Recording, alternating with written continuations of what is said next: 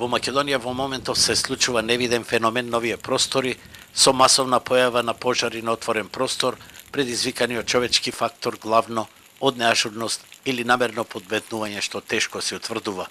Свој придонес во оваа појава што ја нарушува безбедноста на граѓаните, имаат и слабостите во системот на противпожарната заштита, смета магистер Коста Поповски, командир на територијалната противпожарна единица во Битола, едукатор на лиценцирани пожарникари и експерт во оваа област. Во големи пожарите на отворен простор, тоест палењето на страништите, меѓите, деградираните шуми и така натака. Тоа е една појава која што во последните можеби десетина и повеќе години не е случај. Фактот што нема територијална противпожарна единица во Македонија каде што дневно нема негде од 5 до 10 интервенции. Значи, тоа е ситуација нешто повеќе од алармантна. Значи, ова не беше било до сега.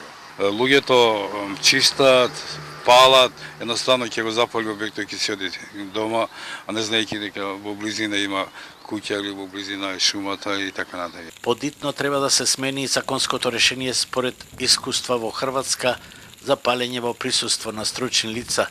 Нашиот закон палењето кривично го санкционира, но тоа нема ефект, вели Поповски. Уште повеќе, сега се отвара проблемот со слабостите во противпожарната заштита поради дефицитите во кадар и опрема.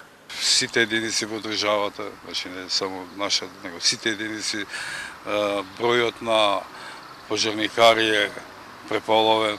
Податок што во Македонија фалат 50% пожарникари од 1400, а ги имаме активни само 750 пожарникари, зборува доволно каква е состојбата.